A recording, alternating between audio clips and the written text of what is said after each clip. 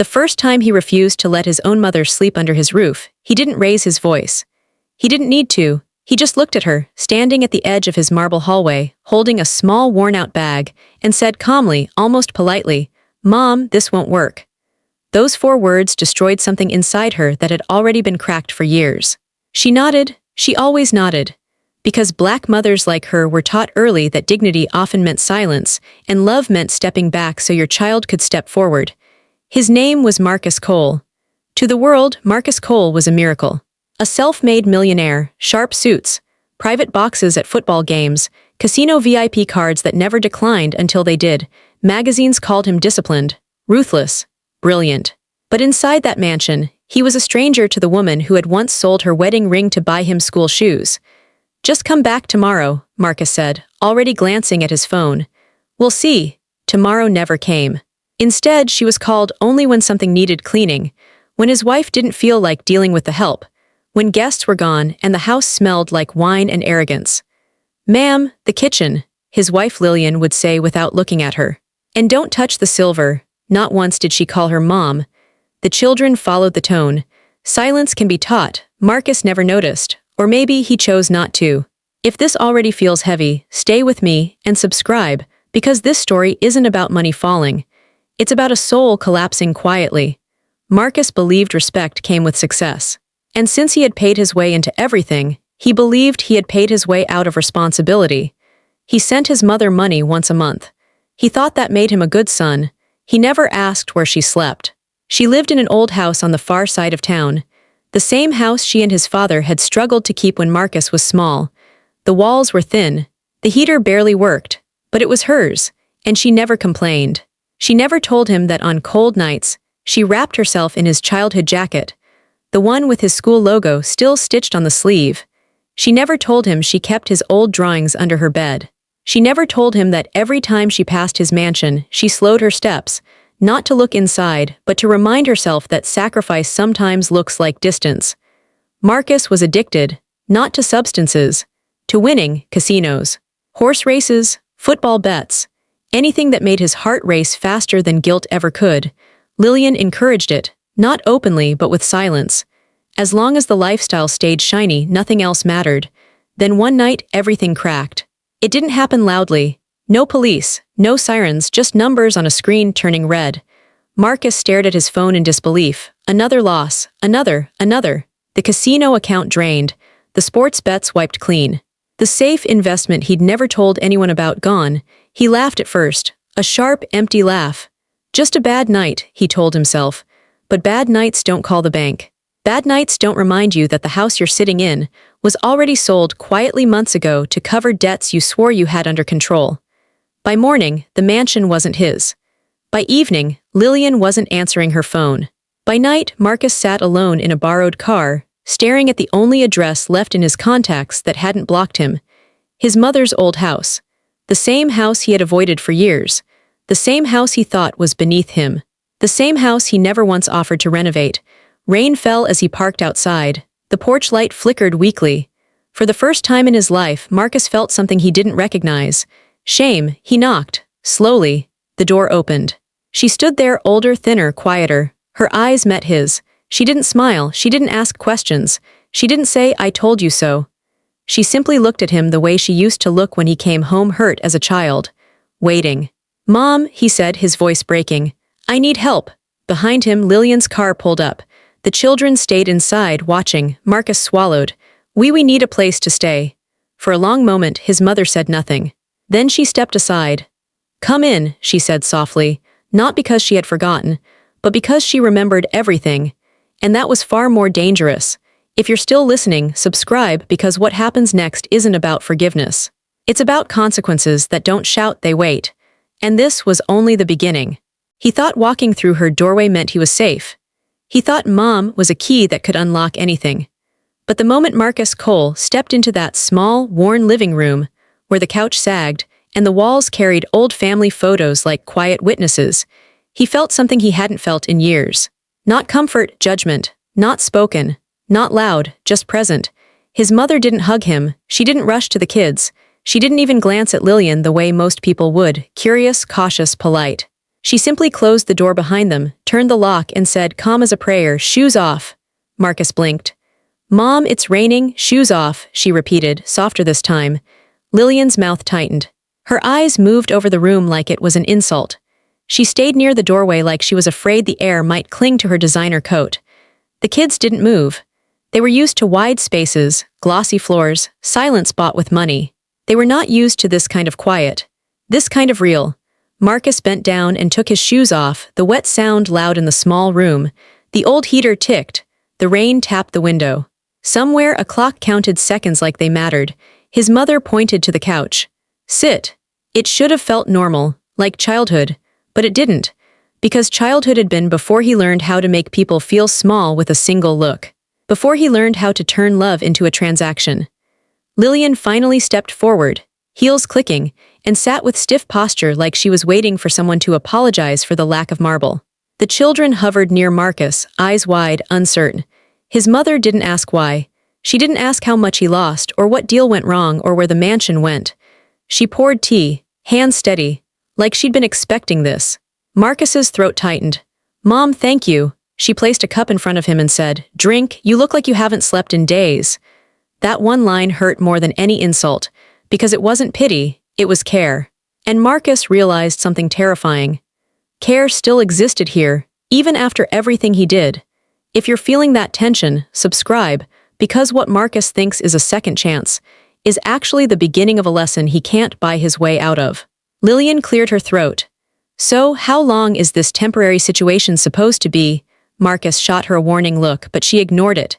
His mother looked at Lillian for the first time, not with anger, not with fear, with something quieter. Recognition, like she had seen Lillian a long time ago before she ever met her. We'll see, his mother said. Lillian laughed, short and sharp. We'll see, Mrs. Cole, we have children. They can't be in a place like this for long. Marcus felt heat crawl up his neck. He opened his mouth to defend his mother, but the words didn't come fast enough. Because deep down, there was a part of him that agreed with Lillian. And his mother noticed. She always noticed. She turned away and walked into the kitchen as if that sentence was a glass she'd learned not to pick up with bare hands. Marcus followed. Mom, I'm sorry, he whispered. She's stressed. His mother didn't look at him. She rinsed a spoon slowly, the water running like time. Stress shows you who people really are, she said. Marcus swallowed. I didn't mean for things to, she turned then, her eyes steady on his. You didn't mean to lose. The question hit him like cold air. Marcus stared, confused. What? She dried her hands on a towel and leaned slightly against the counter. You didn't mean to lose the money. You didn't mean to lose the house. You didn't mean to lose control. Marcus's mouth opened, then closed. He realized she wasn't accusing him. She was diagnosing him. For years, Marcus had been a man who lived inside. I didn't mean to.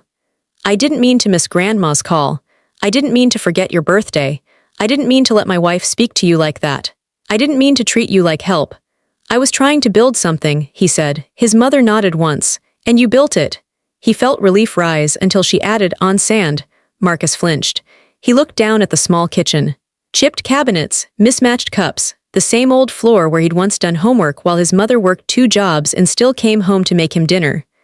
How did you know? He asked quietly. His mother's hands paused. How did I know what? That I'd come back, Marcus said. That I'd end up here.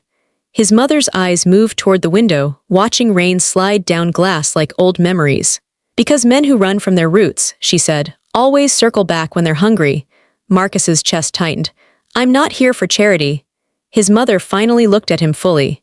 Then why are you here? He wanted to say because I missed you, but that would be a lie. He wanted to say because I realized my mistakes. But he hadn't realized them, he had crashed into them.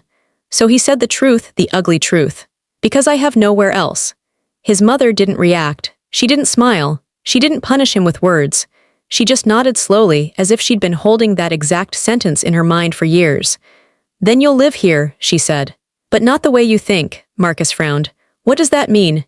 It means, she said gently, this house is small, but it has rules. Lillian walked into the kitchen right then, arms crossed, eyes sharp.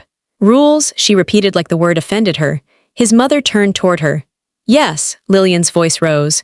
We are not living under rules in this, Marcus snapped. Lillian, stop. The children appeared behind her, quiet, confused.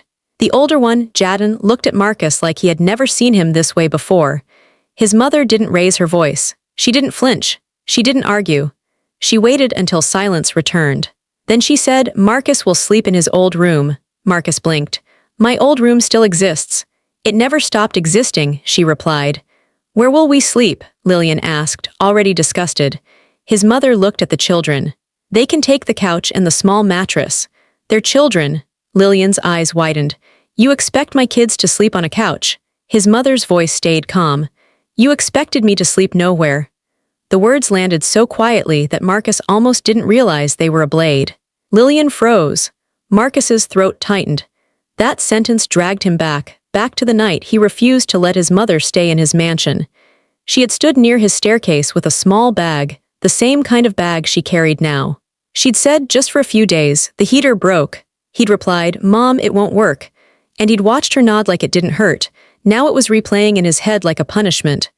"Mom," he whispered. She held up a hand. "Not angry, just final. Not tonight." Lillian stormed out of the kitchen.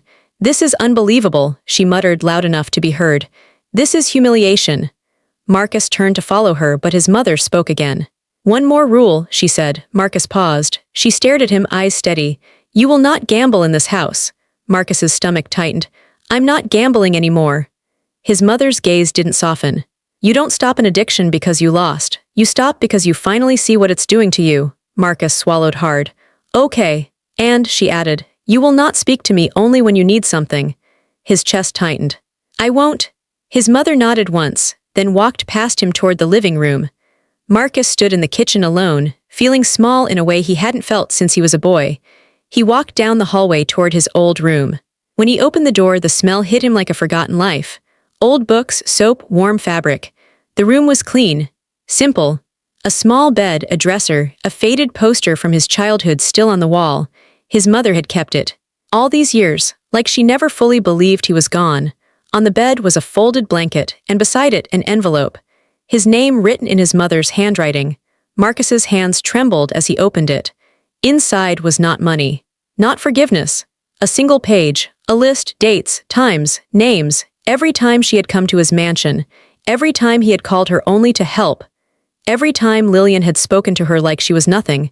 At the bottom, one sentence. "Read this the next time you want to pretend you don't remember." Marcus's throat closed. His knees weakened. He sat on the bed, staring at that list, and for the first time, he understood something that made his stomach twist. His mother hadn't forgotten. She had been documenting, not for revenge, for truth. And if she had documented this, what else had she documented? In the living room, Lillian's voice rose again, sharp, frustrated, poisonous. "This isn't our life, Marcus, say something." Marcus stared at the paper in his hands. His heart started beating faster, not with panic this time, with fear of himself. Because in that moment, he realized the worst part wasn't losing everything. The worst part was this. He had become the kind of man his mother had warned him about, without ever saying a word. If you're still here, subscribe, because part 3 is where Marcus discovers the one secret his mother never told anyone, and it changes what family even means. And somewhere deep inside this small old house, a truth was waiting, quiet, patient, and impossible to bet against. The first thing Marcus noticed the next morning was the silence. Not the peaceful kind. The heavy kind, the kind that presses against your chest and reminds you that you are no longer in control. In his mansion, silence meant power. Here, silence meant awareness. He sat up slowly on the narrow bed of his childhood room, the list still folded on the dresser where he'd placed it last night, like evidence waiting to be reread. For a moment, he hoped it had been a dream. That he'd wake up to marble floors, a view of the city, Lillian's annoyed voice complaining about coffee temperature. Instead, he heard a kettle whistling. His mother was already awake. She always was. Marcus ran his hands over his face. His body felt heavy, not from lack of sleep, but from something worse, accountability. He stepped into the hallway. The house smelled like toast and something warm, familiar, dangerous to a man who had survived on takeout and excess for years. In the kitchen, his mother stood at the stove, her back straight, movements calm. She didn't turn when he entered. "Sit," she said. He obeyed without thinking. That realization alone unsettled him. She placed a plate in front of him. Eggs, toast. A simple breakfast. The kind she used to make before school when his biggest problem was spelling tests and scraped knees. Lillian wasn't there. The kids weren't either. Marcus hesitated. She took them for a walk, his mother said. She needed air. Marcus nodded, though unease settled deeper in his gut. Lillian didn't take walks to breathe. She took walks to plan.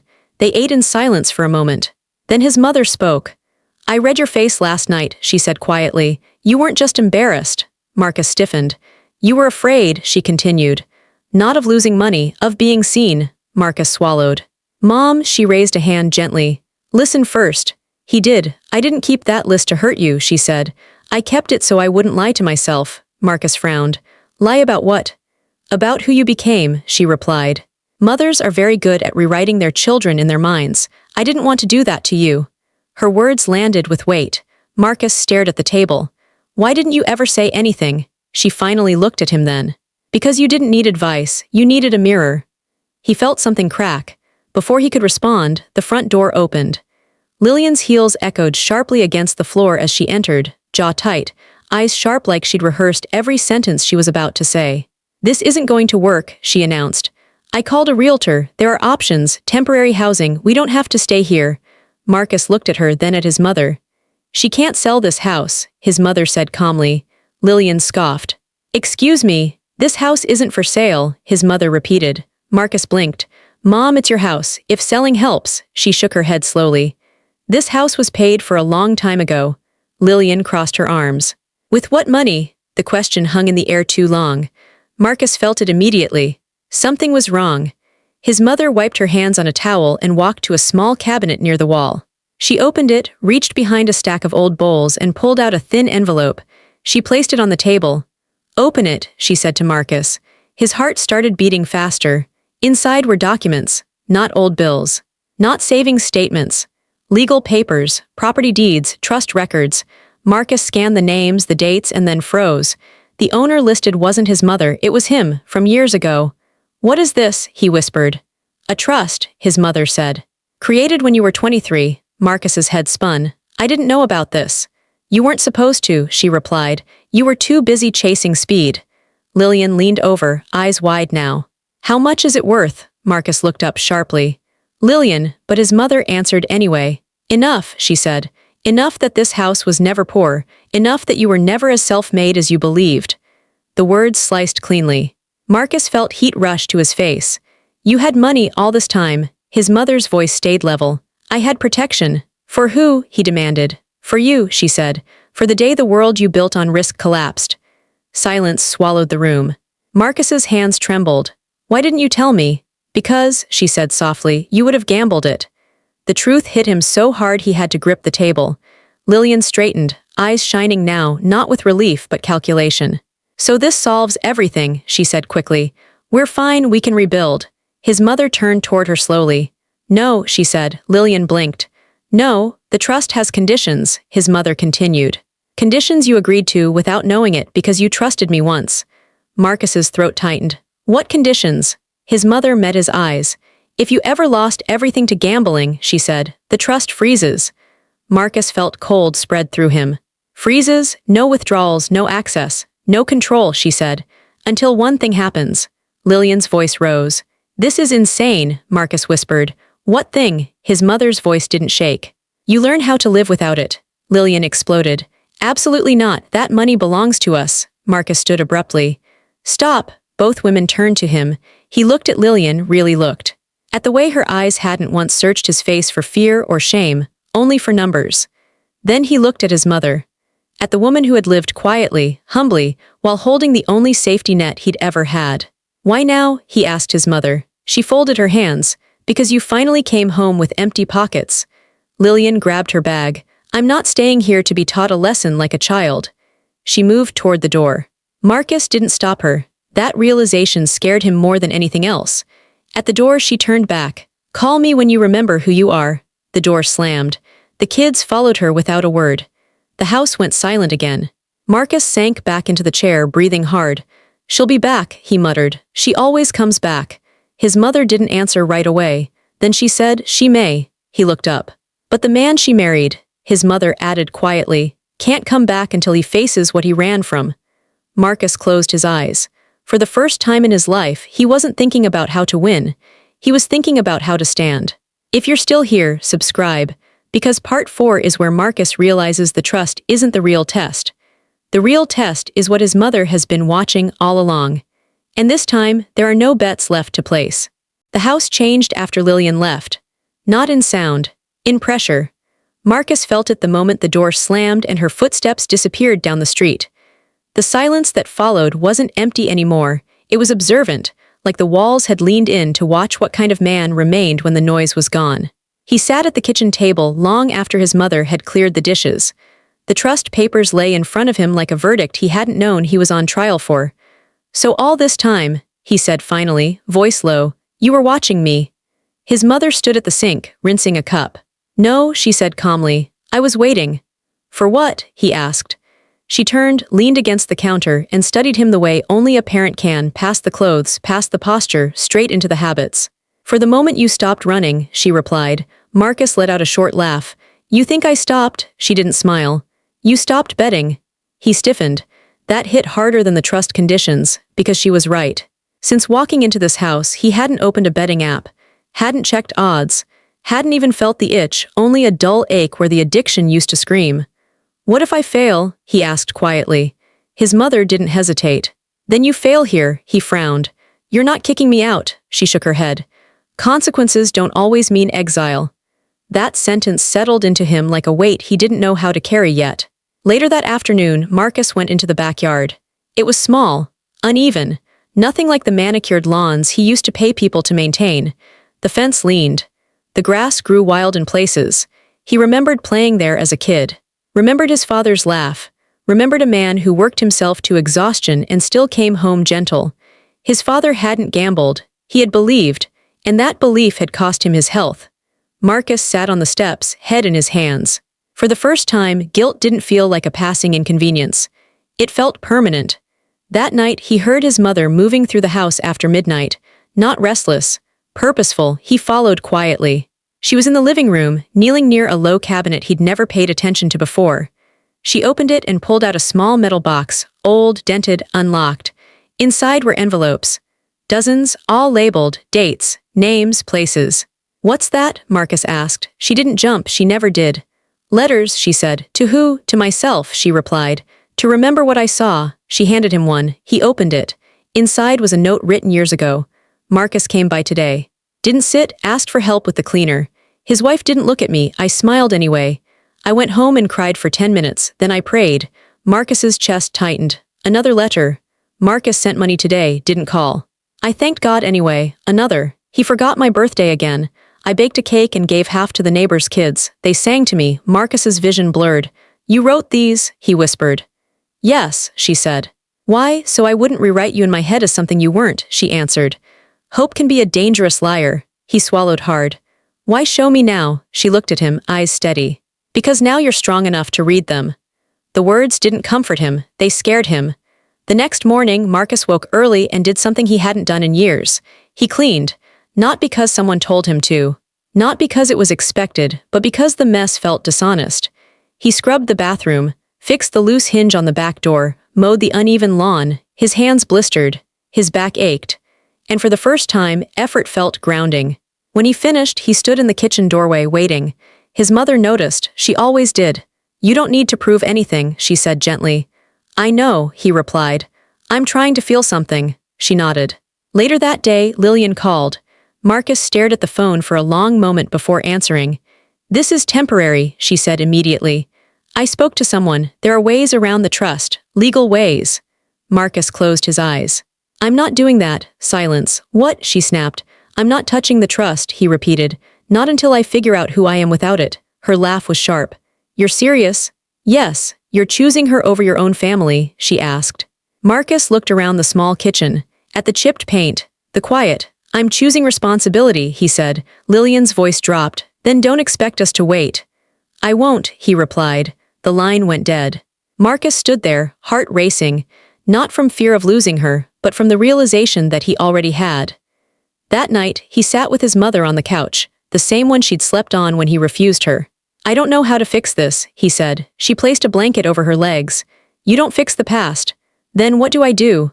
"You live differently long enough that the past stops speaking for you," she said. Marcus nodded slowly. If this story is pulling something loose inside you, subscribe, because part 5 is where Marcus faces the hardest truth of all. Not about money, not about marriage, but about the kind of man his children have been learning to become by watching him. The truth came to Marcus through his son's silence. Not rebellion, not anger, silence. It happened on a quiet afternoon when the house smelled faintly of soap and old wood, when Marcus was fixing a loose shelf his mother never complained about. His hands were dusty, his shirt damp with sweat, and for once, his phone lay forgotten on the counter. Jadon stood in the doorway, not asking for anything, just watching. Marcus noticed him only when the boy spoke, soft, careful, like words were something that could break if dropped. "Dad, why are we here?" Marcus froze. He wiped his hands slowly and turned around.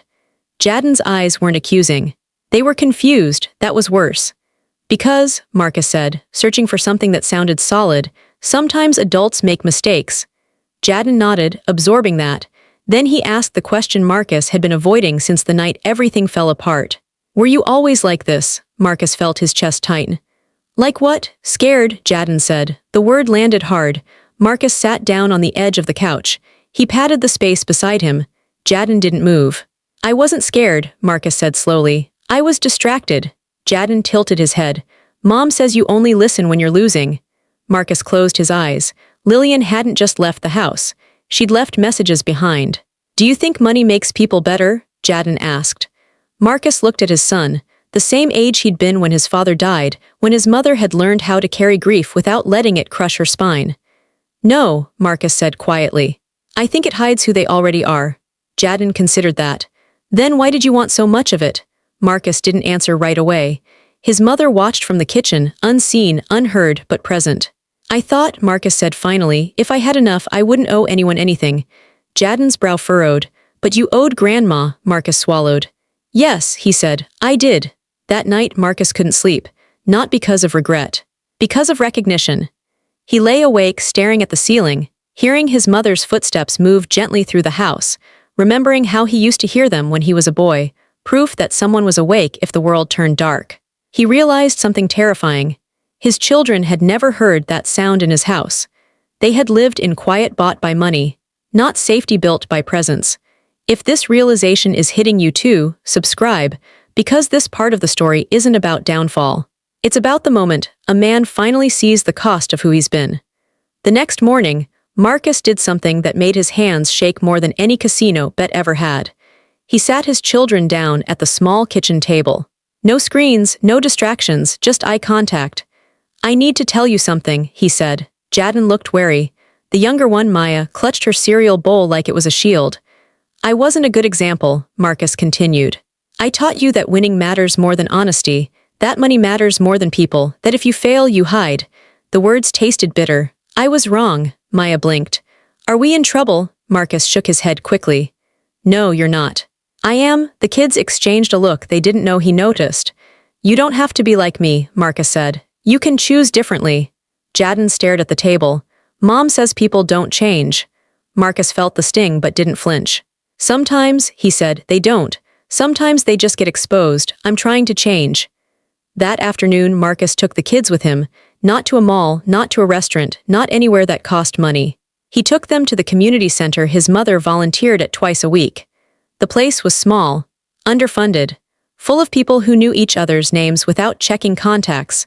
An elderly man waved at Marcus's mother. A woman thanked her for helping with groceries. A child ran up and hugged her legs without asking permission. Jadon watched all of it.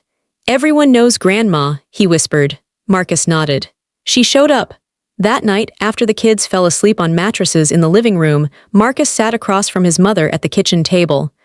"I don't deserve this," he said. She sipped her tea. "No one deserves grace," he exhaled. "Lillian's filing papers." His mother didn't react. "I know." "How?" "She called," his mother said simply. "She wanted to know if the trust could be influenced." Marcus's jaw tightened. "And I told her," his mother replied. "That money doesn't listen to people who only speak to it." Marcus laughed once short, broken. "She hates you." His mother's eyes softened. "No. She hates what she can't control." Marcus leaned forward. "I'm scared I'll fail again." His mother reached across the table and placed her hand over his.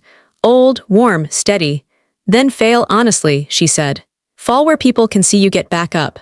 Marcus nodded slowly. The next day, a letter arrived, not from Lillian, from the bank. The trust review was scheduled. The waiting period was ending. Marcus stared at the envelope for a long time. He didn't feel excited. He felt tested, because he knew this was the moment his mother had been waiting for, not to see if he could access money, but to see if he would reach for it. He placed the envelope in the drawer, unopened. And in that moment, Marcus understood the truth that hurt the most and healed the deepest. His mother hadn't been punishing him, she had been preparing him. Part 6 is where everything comes full circle, where Marcus makes the one decision that finally proves whether this change is real. Stay with the story. Subscribe, because the ending isn't loud. It's earned. The envelope stayed in the drawer for 3 days. Marcus passed it every morning, every night. Each time, his fingers twitched, not with greed, but with habit. He had spent his entire adult life believing that answers came from numbers, signatures, approvals. That security lived inside accounts. But this house had been teaching him something else. On the 4th morning, his mother found him sitting at the kitchen table before sunrise, staring at the window like he was waiting for permission to breathe. "You're awake early," she said. "So are you," he replied. She smiled faintly. "I always am." Marcus pushed the drawer closed with his foot. "The review is today." "I know," she said. "You're not going to ask me what I'll do," she poured tea slowly. "No." That hurt more than judgment ever could. Marcus exhaled. "If I open that letter, everything changes." His mother placed the cup in front of him. "Everything already changed when you stopped lying to yourself." He swallowed. "What if I take the money and become that man again?" She met his eyes. "Then the money will have done what you allowed it to do." He sat in silence, then finally asked the question that had been sitting in his chest for years. "Why didn't you stop me earlier?" His mother's voice was quiet, careful. "Because stopping someone only works when they want to stop. Before that, it only teaches them how to hide better." Marcus nodded slowly. That afternoon, he walked to the bank. Alone, no Lillian, no lawyer, no strategy. The manager recognized his name immediately. People always did. "Mr. Cole," she said warmly. "You're eligible to regain full access today." Marcus stared at the glass wall behind her, where the city moved like it always had, fast, hungry, indifferent. He thought of the heater that barely worked in his mother's house. Of his son asking if money made people better. Of the list his mother kept, not to hurt him but to remember the truth. "I don't want access," Marcus said. The manager blinked. "I'm sorry. I want the trust redirected," he continued. "Education funds, community programs, housing assistance." Her smile froze. "Sir, are you sure?" Marcus nodded. "Yes, and your personal allocation." "Freeze it," he said. "Indefinitely." For the first time in years, his hands were steady. When he returned home, the house was quiet. His mother sat on the couch, knitting. He sat beside her. "I made a decision," he said. She didn't ask what it was, she just waited. "I gave it away," Marcus said. The needles paused. Then she looked at him, not proud, not relieved, just present. "Why?" she asked. Marcus swallowed. "Because I don't want my children to grow up thinking comfort is the same thing as character." She nodded once. That night Lillian called. Her voice was sharp, frantic. "What did you do?" Marcus closed his eyes. "I chose." "You chose poverty?" she snapped. "No," he replied calmly. "I chose responsibility." Silence. Then laughter, bitter, hollow. "You'll regret this." "Maybe," Marcus said, "but I won't pretend." The line went dead. Weeks passed. Life slowed. Marcus worked. Real work, paid modestly. Honest. His hands hardened. His pride softened. His children adapted faster than he expected. They laughed more, asked questions, learned names. One evening, Jadon sat beside him on the porch. "Dad," he said, "Grandma says you're different." Marcus smiled faintly. "Is that bad?" Jadon shook his head. "No, you listen now." Marcus felt something loosen in his chest. Inside, his mother watched from the window. Later that night, Marcus found her in the living room, reading one of her old letters. "I never burned them," she said. "I don't need to anymore." He sat beside her. "I'm sorry it took losing everything." She closed the notebook gently. "You didn't lose everything." She placed his hand over hers. "You lost what was never yours," she continued. "And you kept what matters." Marcus's eyes filled, not with regret this time but with understanding. Outside, the house stood quiet, small, steady, no longer a place of return. A place of beginning. If this story stayed with you, subscribe. Because sometimes the greatest lesson isn't learned when you fall, but when you choose not to rise the same way again.